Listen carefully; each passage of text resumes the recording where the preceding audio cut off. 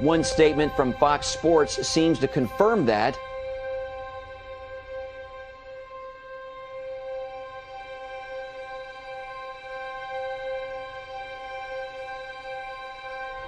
Another German homeschooling family was ripped apart when an army of German police officers and social workers surrounded the home of the Wunderlichs near Frankfurt a few weeks ago and took away their children. Their only crime was homeschooling. After an international outcry and a court hearing, the Wunderlich children were returned. But this was not a victory for homeschooling or parents' rights in Germany, because the Wunderlichs have been forced to send their children to school.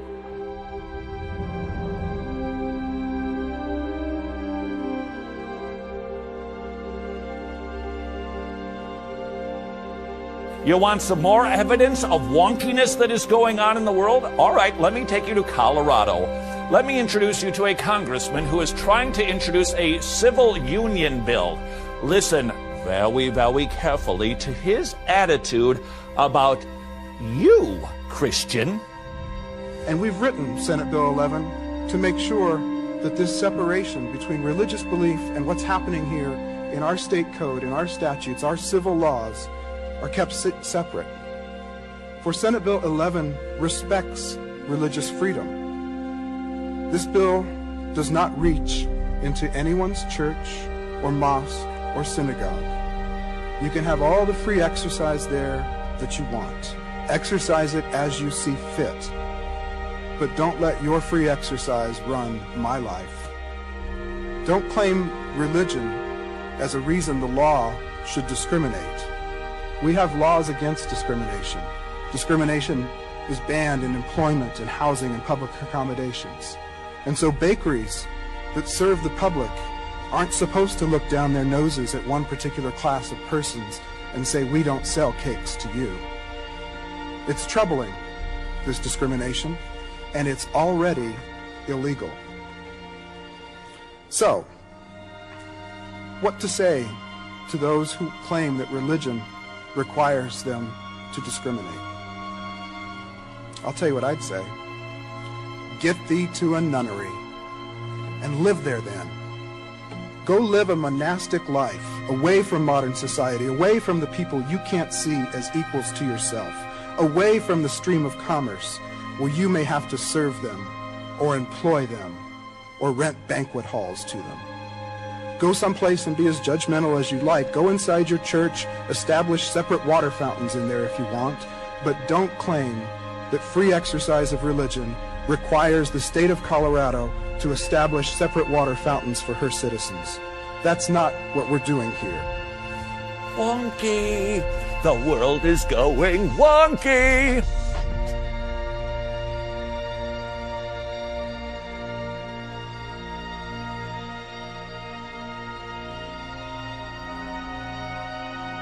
Also, Homeland Security says people who oppose abortion or worry about the threat of illegal aliens could pose a radical threat to America. They're the ones we need to be watching at Homeland Security. Why are conservative values suddenly being singled out as a terror threat? You got a bloody right to say, right, you're bloody well right. You know you got a right to say.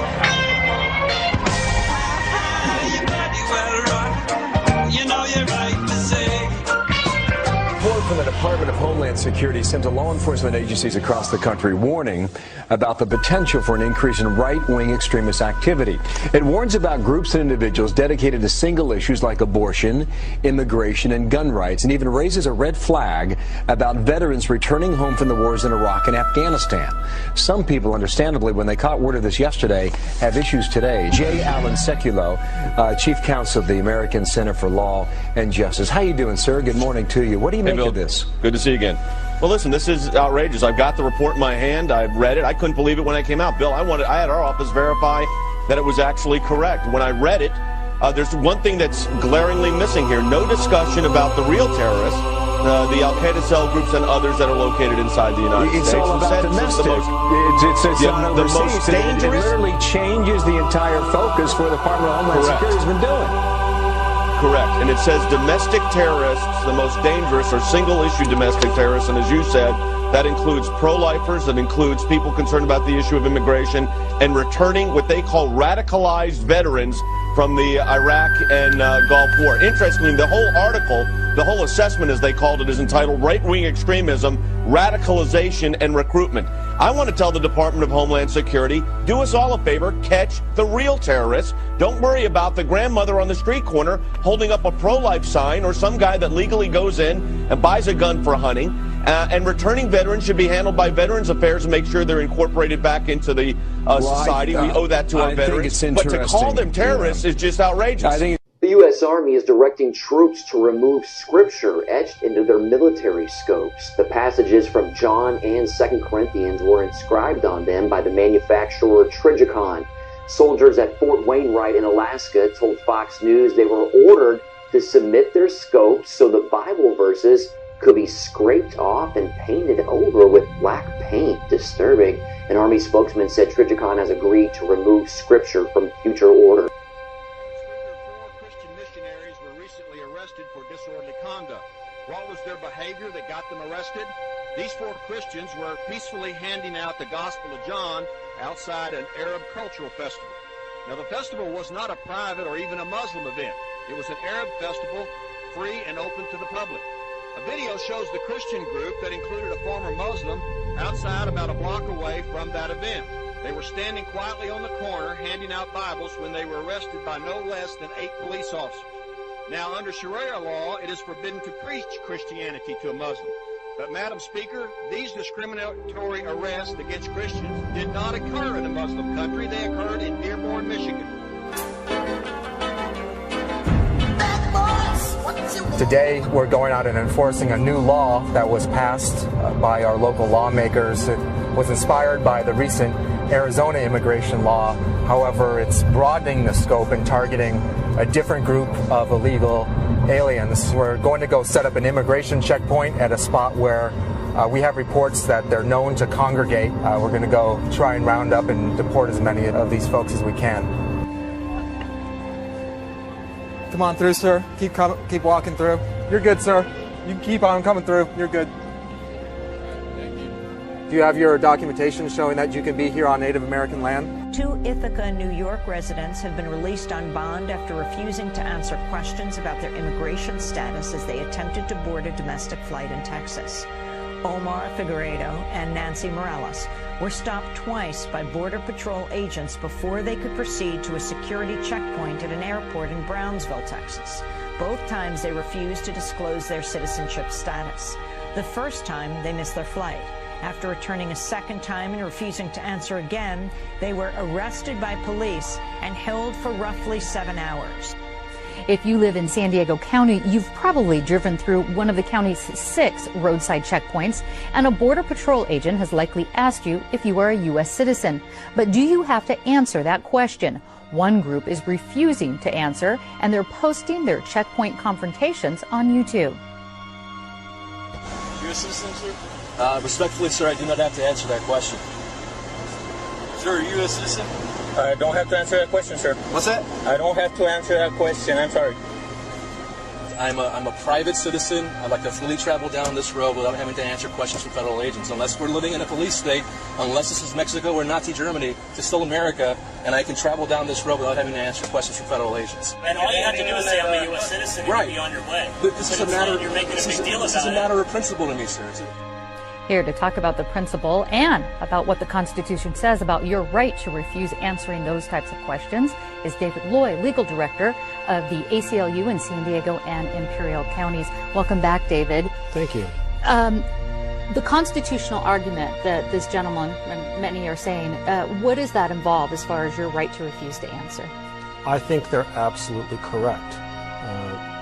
Whenever questioned by law enforcement, all persons have the right to refuse to answer questions. As far as your right to privacy, your right to revoke, to remain silent. It's a right to remain silent. It's a right to privacy. It's a right to simply refuse to cooperate and refuse to answer questions. Another issue is the checkpoints themselves. If they are constitutional, where does that stand right now? The Supreme Court held in a case called Martinez Fuerte that the government does have the right to set up interior immigration checkpoints near the border to assist in immigration enforcement. The ACLU strongly opposes those checkpoints. We think that checkpoints, suspicionless checkpoints, are the hallmark of a police state, not a free society. We think they're fundamentally un-American. Those that didn't fit in Hitler's Germany had reason to fear. The Nazis allowed no opposition. Political parties that once had stood against them were banned. Their leaders left the country or stayed to face harassment or arrest. It was all legal, but only because Hitler now was the law.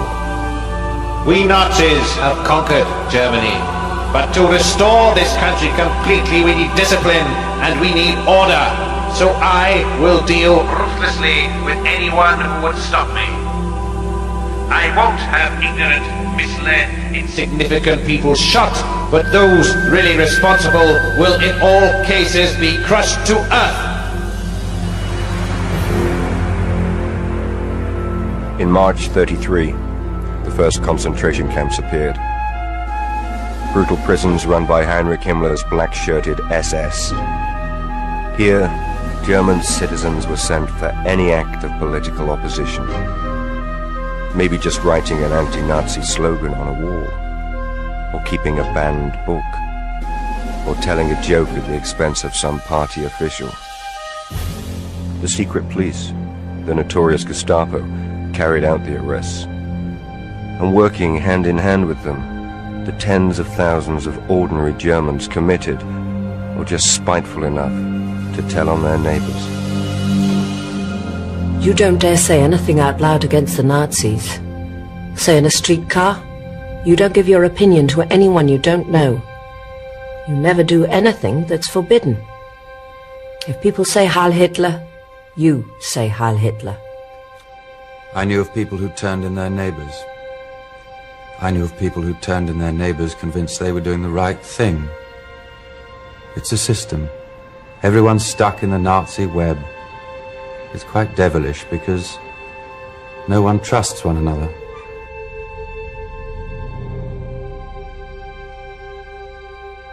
How German Jews were being victimized. How trade unions had been banned. How, despite the boom in the economy, with no one to argue their case, workers' take-home pay had fallen. How the professions were being stripped of non-Nazis, civil servants, doctors, teachers, judges, losing their jobs unless they towed the Nazi line. It isn't usual to question acts of government here.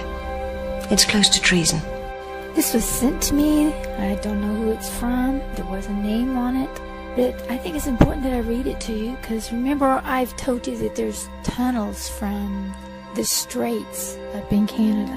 It says Russian and Chinese forces are very active in Canada. They are rebuilding and straightening the railroad tracks for the anticipated heavy use of railway transportation for incoming military personnel from the West Coast, both Russian and Chinese forces, as well as transporting military vehicles and armaments of food supplies.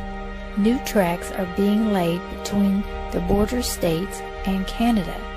Those people who are arrested are resistors or non-conformants will also be transported in specially prepared boxcars to the death camps that are already reestablished near the border, such as the ones near Cut Bank, Montana. Look up a report named Death Camp of Cut Bank, Montana.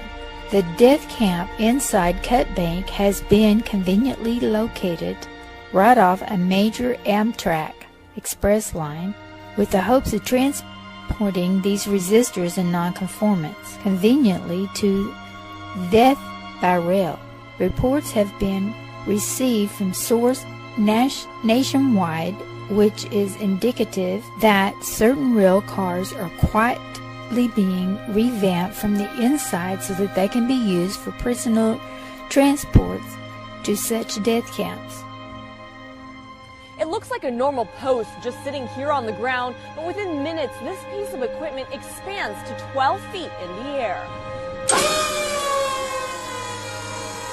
It's been a challenge for the Fort Smith Police Department to patrol large gatherings, but they think this observation tower will solve the problem. With it being that high in the air, like I said, it is very visible. It's extremely visible.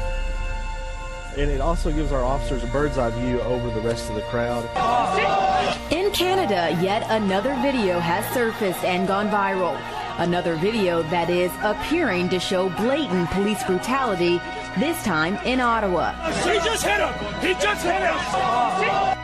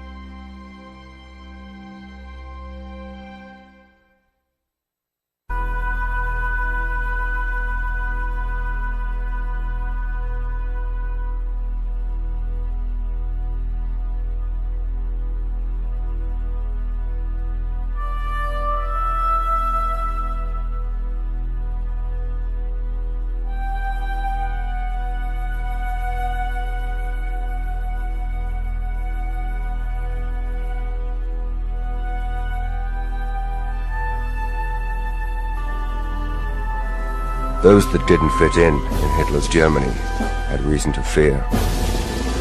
The Nazis allowed no opposition.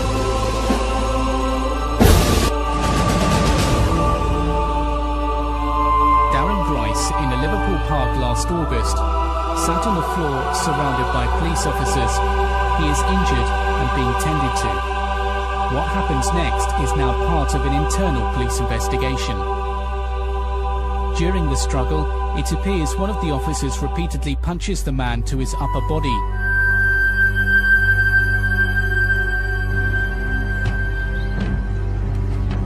In July 1941, hundreds of Jewish men were marched to a secluded spot in the woods near Vilnius in Lithuania. Blindfolded, walking in single file, they reached a specially prepared pit where they were lined up and shot. This was just the beginning. Throughout the war, 100,000 people would be killed at Panari. Dozens and dozens of people who tried to escape and were killed by dum-dum bullets. Who were hitting their heads. Mothers holding children and young couples embracing each other. And the most shocking thing about it is that many of these Jews were shot not by Germans, but by their fellow Lithuanian countrymen. I had planned another closing message, but I feel compelled to say what I'm about to say. Now, I risk sounding like a conspiracy theorist, but it's no longer a theory. What I'm about to say is fact. The secret organizations of the world power elite are no longer secret.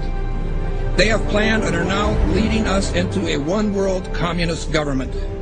Executive order signed by President Obama has sparked controversy on both sides of the political aisle. The National Defense Resources Preparedness Executive Order was signed quietly Friday night. It gives the president the power to control U.S. resources. The Rules Committee is going to meet in the House. They are going to come up with a rule that makes it okay for them to do a same-day bill. So they'll pass this rule. It's, believe it or not, called martial law. This would give the President of the United States the authority to declare basically martial law during times of peace. There are new disturbing developments out of Washington tonight regarding the President's belief that he has the legal authority to assassinate U.S. citizens. Incredibly enough, it appears that our commander-in-chief actually believes that authority exists not only on foreign soil, but right here on American soil as well. But Senators McCain and Levin have added this legislation which would authorize the president to declare the entire United States of America, all 50 states and all territories, to be a battlefield, even though there's no battle, thanks be to God, going on here. War on terror is different. And that would authorize him to use commander-in-chief authority in the United States, to use the military to arrest people in the United States who, in the president's opinion, are enemies of the country. Particularly to hear President Obama claim the power to keep people in prison indefinitely with no charges against them, no conviction, no sentence, just imprisonment. Joining us now is former Secret Service agent Dan Bongino. Dan, thanks a lot for joining us. What do you mean there's no such thing as gun control, only people control? Tell me what that means. Tucker, this is larger ideological ploy by this administration. They're not being authentic with America, whether it's the sequester, healthcare, or the gun control issue. What they do is they manipulate an emotional crisis, a national emotional crisis, to further an ideological agenda which involves the evaporation, the slow disintegration of your civil rights, your liberties, your ability to live and let live. And it's a disturbing pattern that, frankly, is really starting to get under my skin. The US is funneling money into tracking systems that are threatening to make the very concept of privacy a thing of the past. It could mean people's every move being used against them to keep them under surveillance. The information age was an era nearly everybody embraced. But today's surveillance age, experts say, is a reality almost no one can escape. David, why does the DHS need 450 million hollow point bullets? That kind of ammo that they purchased from ATK, hollow point ammunition, as you had explained, it's designed to, tear through human flesh and then expand. It's designed to kill people. This is not the optimal kind of ammo you would buy for target practice. It's more expensive and it's more precise. Do you think this is a sign that they're preparing for some sort of mass civil unrest? So they have an open bid right now, DHS, for even more ammunition, for 175 million rounds of .223 caliber rifle ammo, almost identical to the ammunition used by NATO peacekeeping forces. So that's very interesting. Are they planning on some kind of widespread economic unrest in the U.S. that would require NATO forces to help us out? $500 million in surplus military weaponry from the Pentagon, which is authorized through the Pentagon's 1033 program. During the late 70s, Congress passed legislation called Posse Comitatus, barring the military from operating on American soil. And in the early 80s, there was an effort to circumvent that in Congress by arming police with military-grade weaponry. And now we're seeing that play out in the streets. People in the inner city in the U.S. have been experiencing this. So civilians in the U.S. are now up against basically military-style policing. The battle against terrorism involves all of us. Everybody in this country is a potential terrorist. The Department of Homeland Security sent to law enforcement agencies across the country warning about the potential for an increase in right-wing extremist activity. It warns about groups and individuals dedicated to single issues like abortion, immigration, and gun rights. Tonight, our focus is on every American's right to freedom of expression and freedom of religion. It's the Christians who are under siege by government officials and anti-religion groups who think Christmas and Christianity have no business in the public arena. The Department of Defense has just issued a new list of extremists that should be watched. And on that, in fact, number one, past the Muslim Brotherhood and past Hamas, Hezbollah, number one, evangelical Christians. We begin tonight with a newly leaked U.S. Army military police training manual for what they are calling civil disturbance operations. The Army manual outlines the plan to kill rioters and demonstrators in America. That's right, they have plans to confiscate our firearms and kill American citizens on U.S. soil. This during a mass civil unrest, I guess, shooting innocent civilians perhaps. And it goes on to describe how prisoners will be processed through internment camps. Wow. So there you have it. Our own military being trained for armed conflict with U.S. citizens. They're being trained to confiscate our guns in preparations to process us into camps during civil unrest. A pretty scary scene along the Chicago River turns out to be a military training exercise. There was nothing routine that folks reported about seeing the jarring, as they witnessed the jarring scene of at least 3 Black Hawk helicopters flying at times in close order formation. Just in, a military drill in downtown Miami, complete with these Black Hawk helicopters, elite soldiers, and police officers swarming the street. Take a look, swing back over here. This may be involved in this training or not. Again, let me tell you what all of this is that we know of. It's a joint military training exercise involving local police, also military. Sight of Army helicopters and the sound of gunfire created a lot of concern this afternoon in one Houston neighborhood.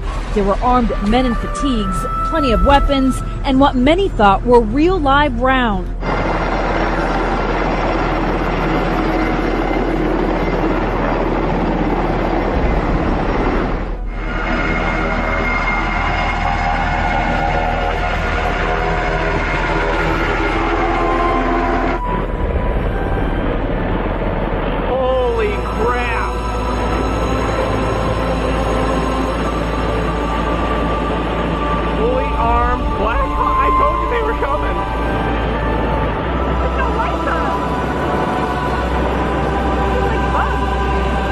So here's the article by Steve Watson.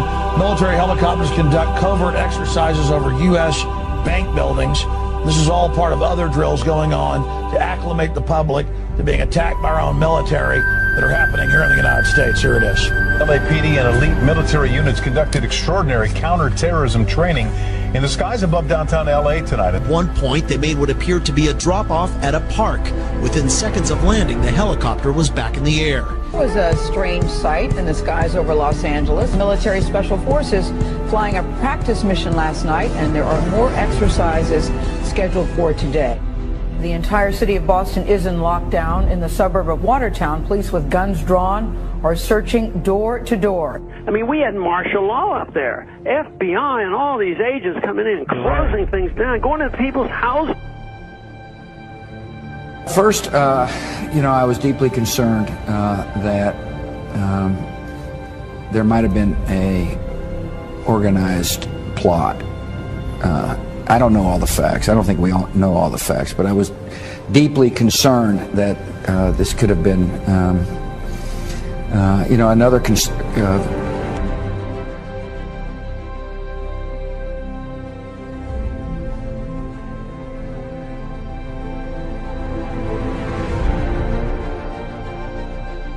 While they're doing this, they're amassing this wealth in order to redirect it toward martial law endeavor, and not just in America, but globally.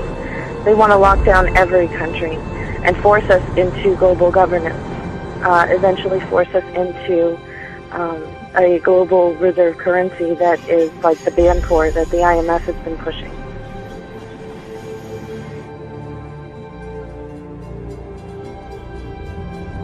And those people who have been yelling, oh, the UN's going to take over global conspiracy government. theories. They've been crazy, but now they're right. Yeah, well, when it's happening. When Geithner said he would be open to the idea of a global currency last week, those conspiracy people had suggested that for years. You're not wrong.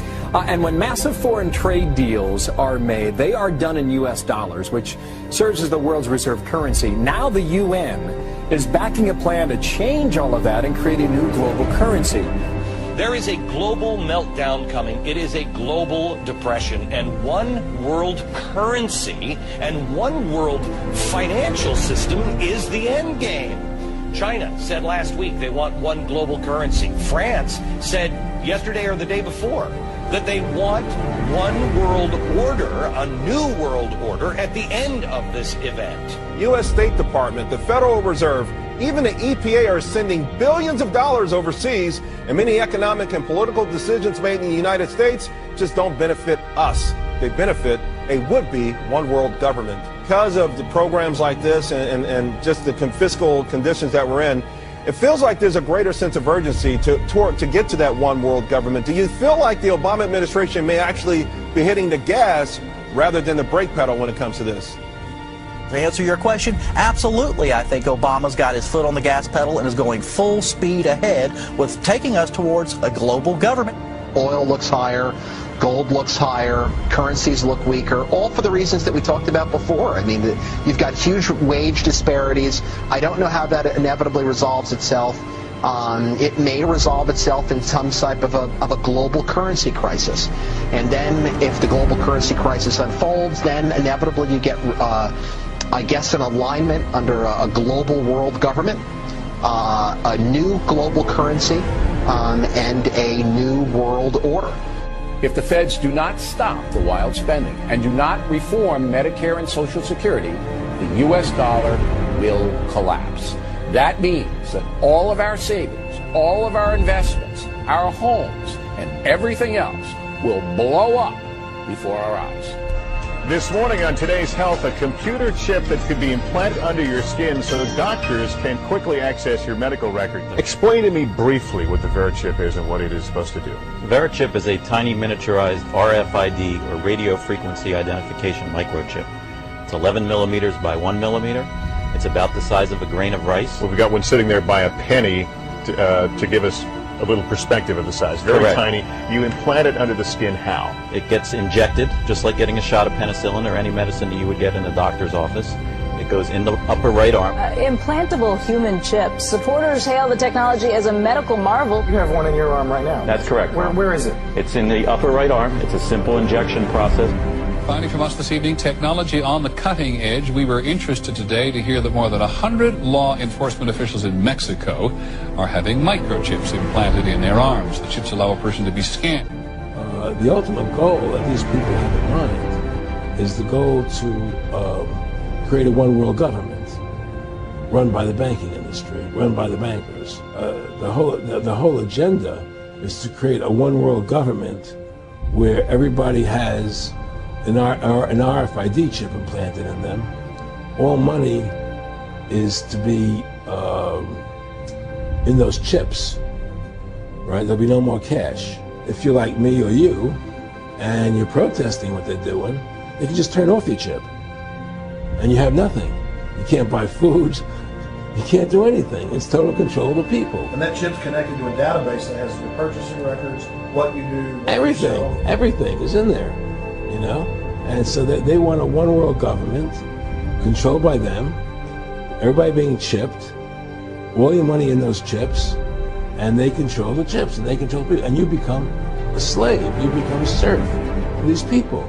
That's their goal. Look, the CIA has done in this country, what they've done to us is unbelievable. Look at the terrorist acts that have occurred. The CIA behind most of